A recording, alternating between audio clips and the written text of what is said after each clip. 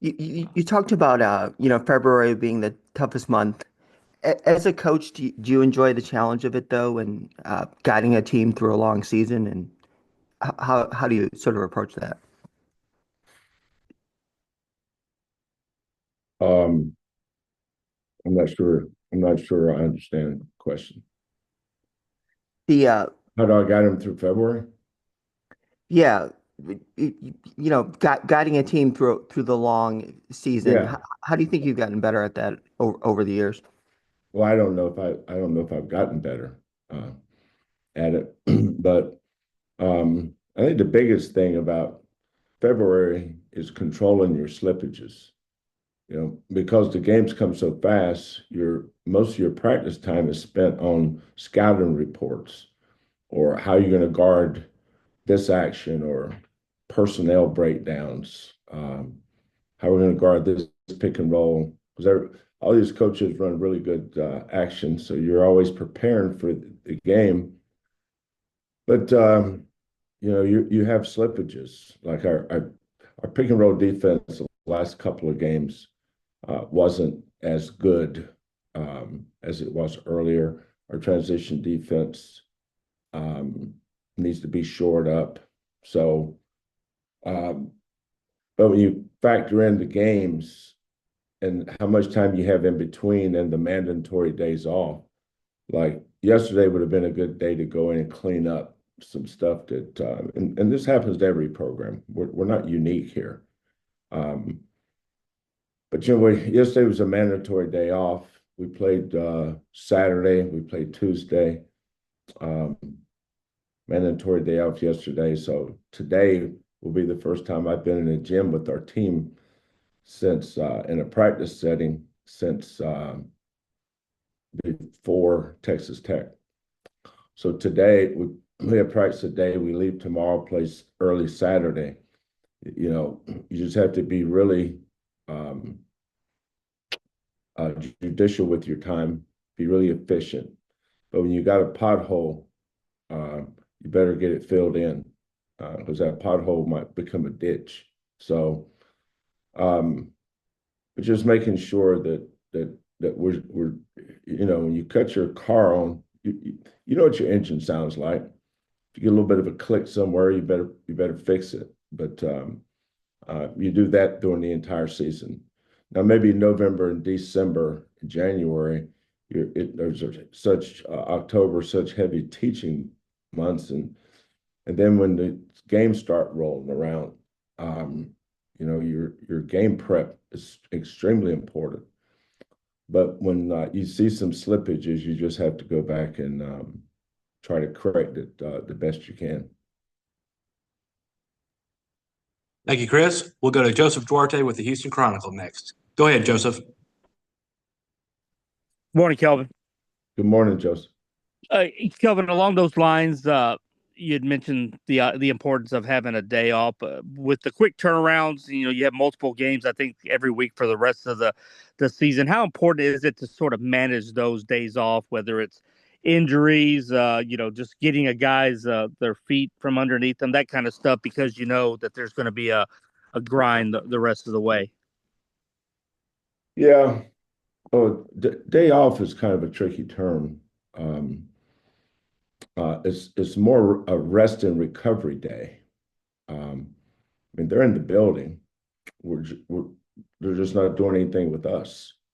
Um, Bishop may have them do a maintenance lift or something. Um, I stay in touch with him throughout the season. I meet with John every day to go over our health. I meet with Bishop. You know, we've been talking a lot about Jacob McFarland, uh, how Chase is coming along with his red shirt, and we have a plan for our red shirts. We have a plan for our injured guys. Um, but as a coaching staff, we spent a lot of time in the film room yesterday morning, late morning, just making notes of watching film from the Kansas game, the West Virginia game, the Tech game, and the Oklahoma State game. And if you even go back to the Utah game, you know, you always expect slippages. Every coach, every program, you're not going to stay at the top if you don't touch it or work on it daily. But sometimes the schedule doesn't allow you to do that because you have a game coming up. We value and spend a lot of time in game prep. So now today, we're going to try to work on us as much as we can, knowing that we leave tomorrow around noon, and we're going to fly to Boulder, Colorado, and get focused on an important game Saturday afternoon. So there's a little bit of a balancing act, but most coaches are pretty good at it. Thank you, Joseph. We'll go to Chris Gardner from the Houston Round Ball Review. Chris, please go ahead. Morning, Coach. Good morning, Chris. Coach, what's the style of play for Colorado, and who would you say is the number one option on their offense? I think their style of play is they have a ton of different actions. Their point guard, Hammond, is leading them in scoring. The kid is kind of coming along for him. He's playing really good as their 6'11 center, Dak. Really active, skilled. They got a bunch of guys that can really shoot around him. I mean, they've had a lot of bad luck. They've been in games with a chance to win them. Just haven't gotten over the hump. But they got an excellent coach. Tad has been doing this a long, long time. He's had great success in Colorado. They leave the Pac-12 and they jump into the Big 12. So it's always tough. I mean, jumping from league to league. But they got good size. They start 6'9", 6'9", 6'11". I think Utah started 6'10", 6'10", and 7'1". And actually, I just watched most of that game between Colorado and Utah from the other night. But they run multiple looks. Their point guard, Hammond, Dak, they're 5 and they're 1, both good players. The other kids all play hard. They're very well coached, tough kids, and they have great depth. I mean, they play 10 guys all around 15 to anywhere from 15 to 30 minutes a game. So they have great depth, and like all our games, it'll be a tough game.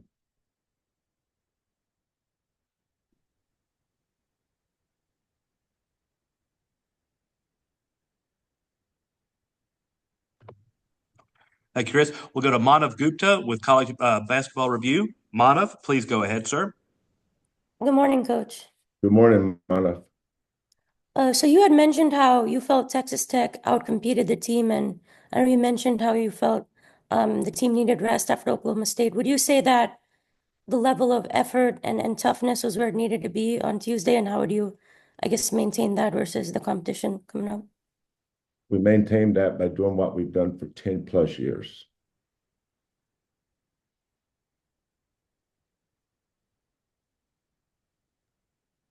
Thank you, Manav. We'll go back to Chris Baldwin, please. Chris, go ahead.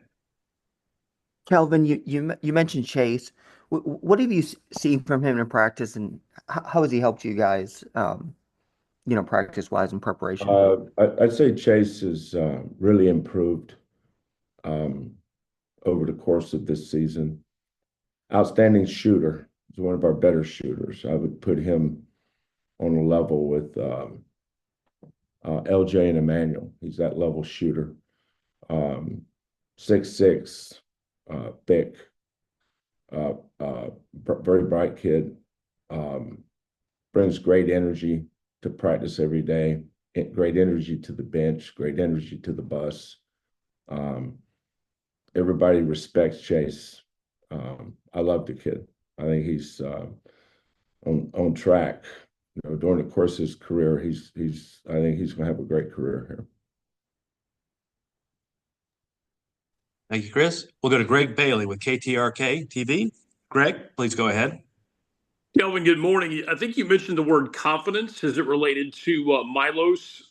How is that kind of translated as he begins to, and not begins, as he sees what his teammates are looking for, sees the offense, and particularly as the way that translates into him being really assertive, getting into the lane and setting up his teammates for finishes close to the rim?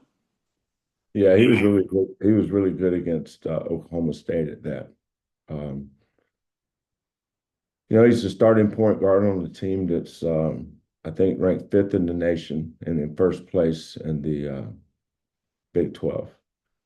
And Milos is a big reason why um, all those things have happened. We would not be where we are without Milos's contribution or his improvement in all the areas you mentioned. I think he's getting better, more comfortable. So the key is for Milos is just continue to be aggressive. Continue to get in the paint. He got in the paint really good the other night and dished off a lot of. I can't remember if he had 5 or 6 assists, but I know he had no turnovers. Terrence was a guy that I thought took a step forward there too. I think Milos and Terrence's numbers were 11 assists and 1 turnover, which is outstanding, especially against a team that's as athletic and quick and go for steals as much Oklahoma State does. Thank you, Greg. We'll go to Terrence Harris with the Houston Defender. Terrence, please go ahead. Hey, Coach, how you doing? Good morning, Terrence. Good morning. Hey, I wanted to ask you, in all your years of being, in this area, how well have you gotten to know Don Chaney? Really good. Spent a lot of time with Don. We honored him at our tip-off banquet. We've invited him to practice. He loves coming by practice. Now, he and his wife go on 3 or 4 cruises a year, so he's hardly ever around. He is Yeah. he is a cruise king. They love cruises. He lives out on it. He's got a farm outside of town. He loves to get out there on his tractors and spend time outside on his farm doing things. So, Don's done well in his life, and people love him. It's just amazing the level of respect and love that not just his former teammates, but anybody that's been in Houston athletics have for Don. When you're able to honor one of yours, and especially when there's such a consensus and unanimous support for retiring Don's jersey, it just makes you feel good that you did the right thing. Yeah. And that was going to be my next question. I mean, what was it like to see him be honored in that way? I didn't. By you. I didn't see it obviously because it was at halftime, but Right. When Don's in town, he Otis Birdsong, Ken Cioli, Dwight Davis, Don. Dream likes to bring his kids. He's got a son that's a 26 kid, I think. That's he'll bring the question, and I'm sorry, he'll bring the practice and ask me to speak to him. And so we've opened the doors of our program to our former players, and we want them to feel a part of this and feel welcome here and know that we're all in this together. And I want every era to be proud of this program because we stand on all of their shoulders. No doubt. Okay, Coach, this is great. Thank you. Okay, you're welcome. Thank you, Terrence. We'll go back to Chris Baldwin, please. Chris, go ahead. Kelvin, that first play the other night, the bounce pass to Terrence to JoJo, is that a set play? And Yes.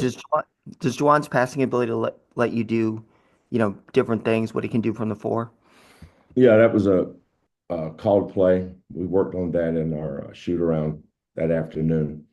We felt like early in the game they were going to be up on their toes and trying to deny. So we ran some false motion to one side, spun back and threw a backdoor cut, and Terrence made a great decision and got JoJo a dunk. But anytime the ball was driven on the baseline or passed to the baseline, we want our kids to go directly to the front of the rim. I can't tell you how many times Galen or Dejan or Jamal on baseline drives have dished off to our bigs for dunks just because of our spacing and how efficient our offense is. Thank you, Chris. We'll go back to Manav Gupta, please. Manav, please go ahead. Coach, JoJo was named to the Naismith Defensive Player of the Year watch list. What growth have you seen from him defensively so far this year? The only way you have kids, we had the National Defensive Player of the Year last year in Jamal Shed. Now, 1 year later, we've got another kid up for that award. The only way you have awards like that, Manav, is if you have a team, if you don't have a team that plays hard. We play as hard as anybody in the country. We've always been known for that. There are no adjustments to be made here. We're not perfect. We may have one game that not as good as I would like, but there is no adjustments to be made. Our kids play hard every day. That's what everybody knows. That's what we are known for, and everybody knows that. But as far as JoJo's concerned, JoJo impacts things on defense in multiple ways: deflections, block shots, pick and roll coverage, doubling the post, monster coverage. He is an elite defensive player. I would not trade him for another player in the country for our defense than JoJo. Thank you, Manav. We'll go back to Joseph Duarte, please. Joseph, please go ahead. Kelvin, any update from John on how JVA is doing? Yes, JVA's worked out this morning. I watched his workout. He's good to go. He'll play Saturday. And I know it's early. Sort of the desired results so far with Emmanuel, just getting him off of that foot. I would assume so. I mean, he's been out since Sunday, and I don't think we're planning on doing anything with him until before he's out against Colorado. But before the game, I think we're going to stick him in some shooting drills to see how it feels. But I'm sure he's getting better. This is the right thing. We put him in a boot when he walks around. But obviously, if we're going to be the team we want to be, that's not a plug and play position. We only have one LJ on this team, and we only have one Emmanuel. And when both those guys are healthy and on the floor at the same time, it makes everybody better.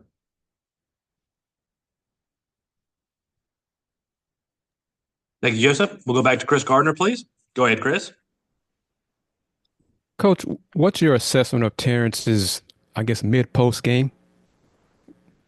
The reason why he plays a lot in the mid-post is because we think highly of it.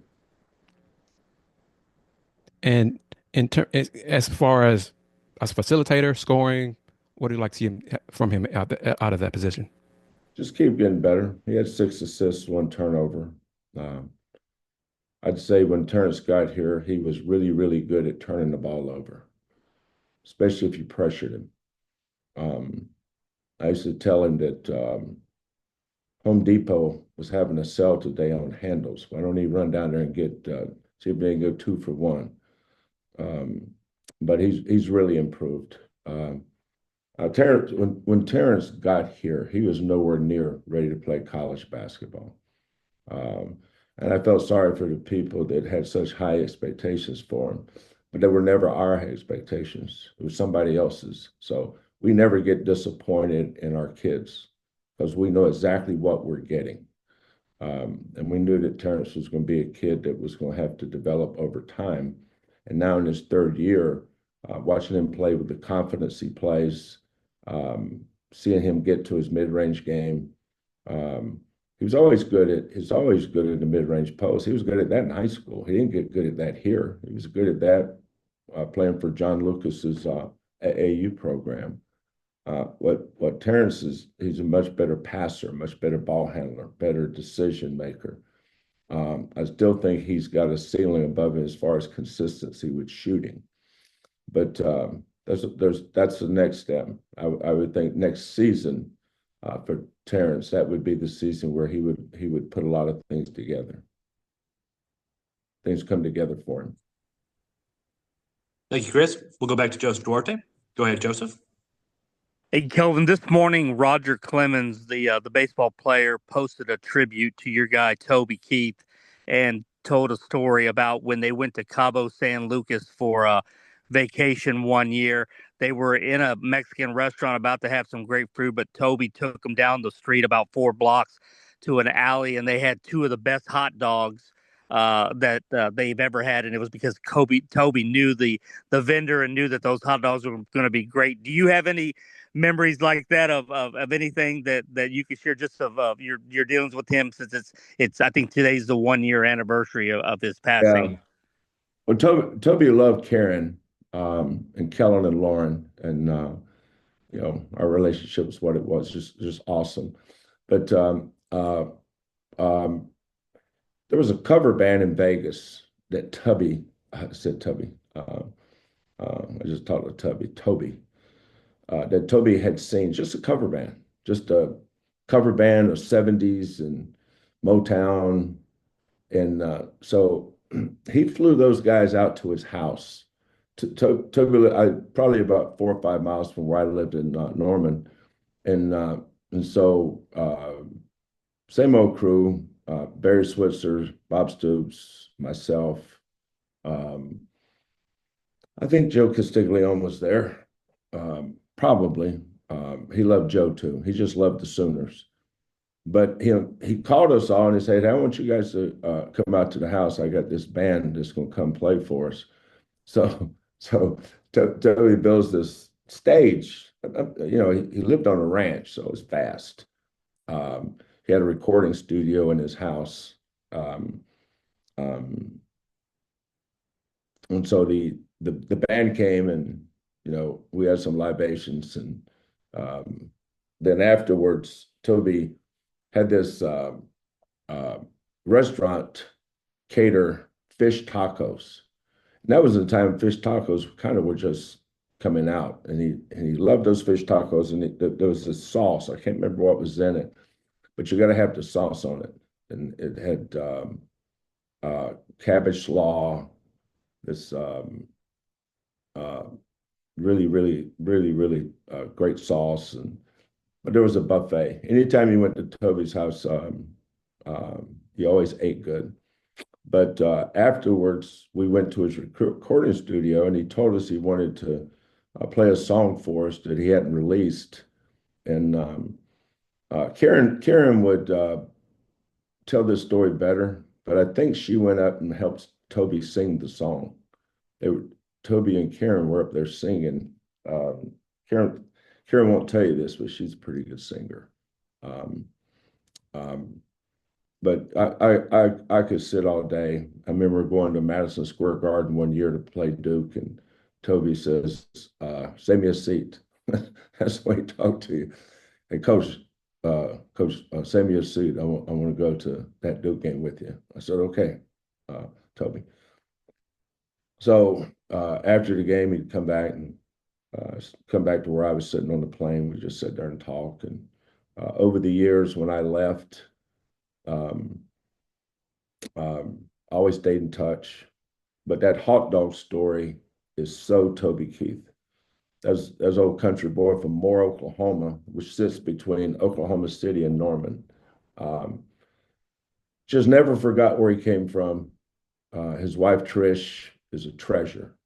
That entire family. His son Steelen used to come to we used to have these Sooner little dribblers every Saturday morning.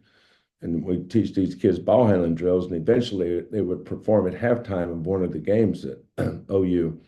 Trish would always, this was every Saturday home game, we would have Sooner little dribblers practice.